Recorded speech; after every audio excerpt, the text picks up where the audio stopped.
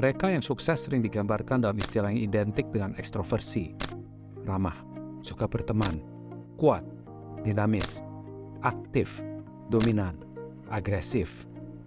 Namun jangan salah, seringkali tokoh-tokoh tersukses justru adalah introvert yang memiliki kekuatan berdiam.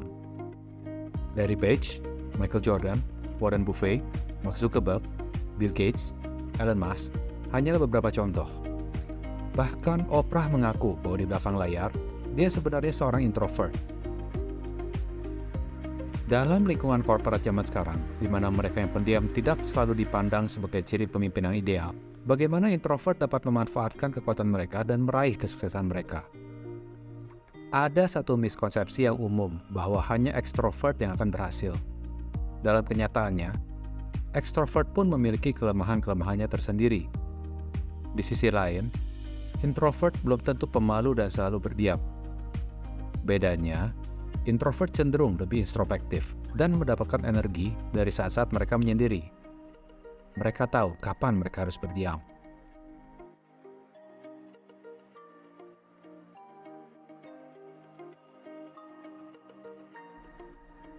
Filsuf Yunani kuno, Epictetus, mengajarkan bahwa hanya dengan berdiam dan keheningan dapat membantu seseorang mempertajam fokus dan konsentrasi mereka. Ia percaya bahwa dengan berbicara terlalu banyak, kita dapat menjadi terganggu dan terdistraksi, sehingga sulit untuk memusatkan perhatian pada tujuan kita. Filsuf Prancis abad ke-17, Blaise Pascal, mengajarkan bahwa berdiam dan keheningan dapat membantu seseorang untuk lebih memperhatikan dunia di sekitar mereka. Menurutnya, dengan tidak berbicara dan hanya mendengarkan, seseorang dapat belajar lebih banyak tentang orang lain dan situasi yang mereka hadapi, sehingga dapat membuat keputusan yang lebih bijaksana. Penyair dan ulama legendaris, Jalaluddin Muhammad Rumi, juga mengajarkan bahwa semakin hening dan tenang pembawaan kita, semakin tajam kemampuan kita untuk mendengar. Dari sudut pandang spiritual beliau, Rumi berusaha untuk mendekat dengan Sang Pencipta untuk mendengarkan petunjuknya dengan keheningan. Apabila kita berdiam dalam keheningan, kita membuka diri terhadap kata-kata non-verbal yang sebelumnya tertutup oleh semua ucapan verbal. Kita membuka diri terhadap kata-kata dan petunjuk ilahi. Sun Tzu, seorang filsuf, ahli strategi militer, dan penulis dari Cina kuno yang terkenal karena karyanya The Art of War. Dalam salah satu ajarannya, Sun Tzu berkata, "Jangan menunjukkan kekuatanmu pada musuhmu. Biarkan mereka berpikir bahwa kamu lemah saat kamu kuat, dan kuat saat kamu lemah." Berdiam adalah sumber dari kekuatan yang besar.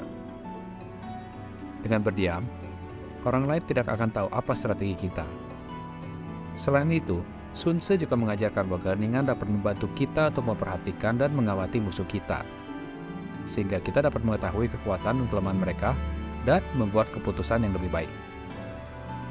Dalam kata-katanya sendiri, mengamati dalam keheningan adalah untuk memenangkan persaingan. Mengetahui kapan untuk bertindak adalah untuk memenangkan perang. Dalam hal ini, berdiam dalam keheningan juga dapat dianggap sebagai bentuk kebijaksanaan dan ketajaman, di mana kita mengambil waktu untuk memperhatikan dan mengevaluasi situasi sebelum bertindak.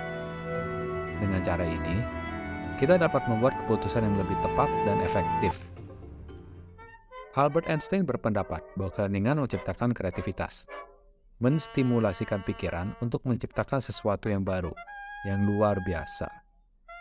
Einstein berkata pada saat dia kehabisan ide atau belum mampu memikirkan sesuatu yang baru, dia akan mundur dalam keheningan, berdiam, yang dalam istilah Einstein, berenang dalam keheningan, atau swimming in silence. Dalam keheningan, dia akan menunggu sampai informasi baru datang ke benaknya. Oleh karena itu, sama seperti para tokoh intelektual dan jenius lainnya, Einstein sering menghabiskan waktu dalam kesendirian dan keheningan. Karena dalam momen-momen inilah, biasanya inspirasi atau ide out of the box yang istimewa muncul dalam benaknya.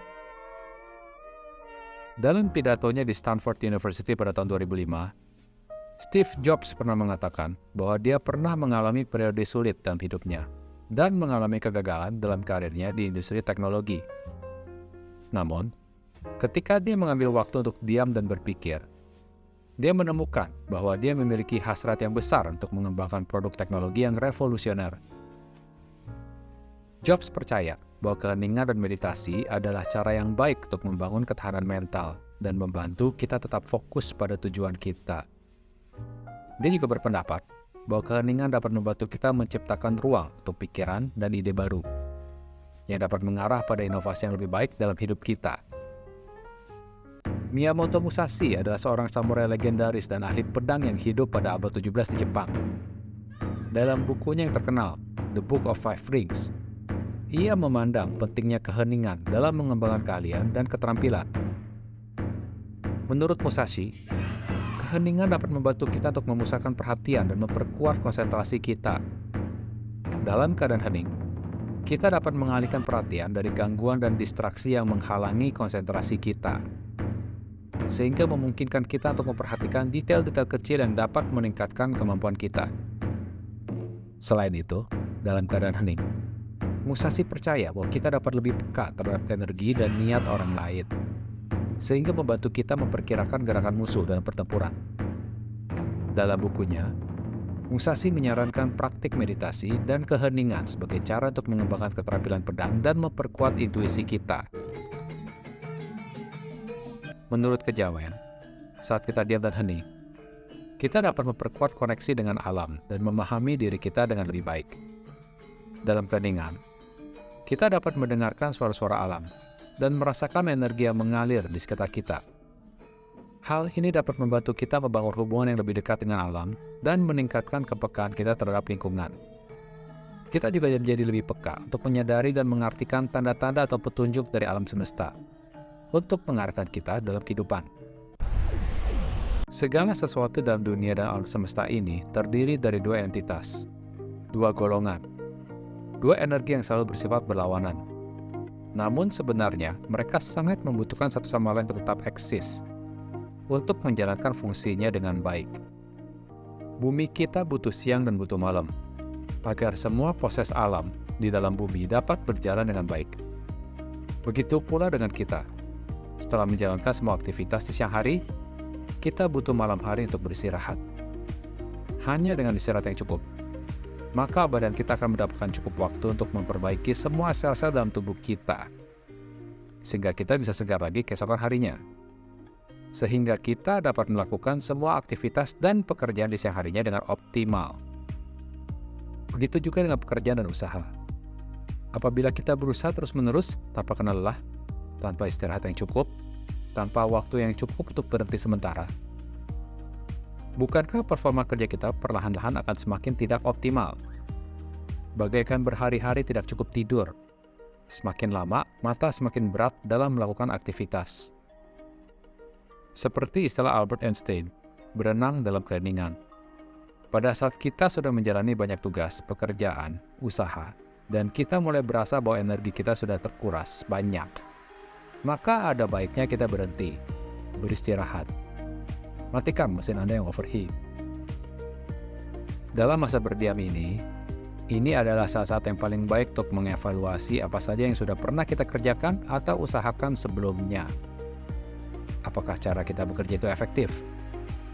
Apakah sudah benar metodologi pekerjaan kita?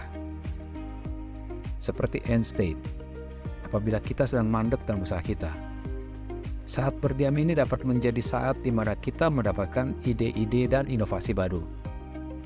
Saat-saat untuk merancang formulasi dan strategi baru. Hanya dalam saat-saat ini, kita tidak terdistraksi dengan suara-suara dari luar, di mana mekanisme kreativitas pikiran kita teraktivasi dan meningkat. Hanya dalam saat-saat ini, kita bisa lebih peka terhadap suara hati dan intuisi kita. Inilah the power of silence.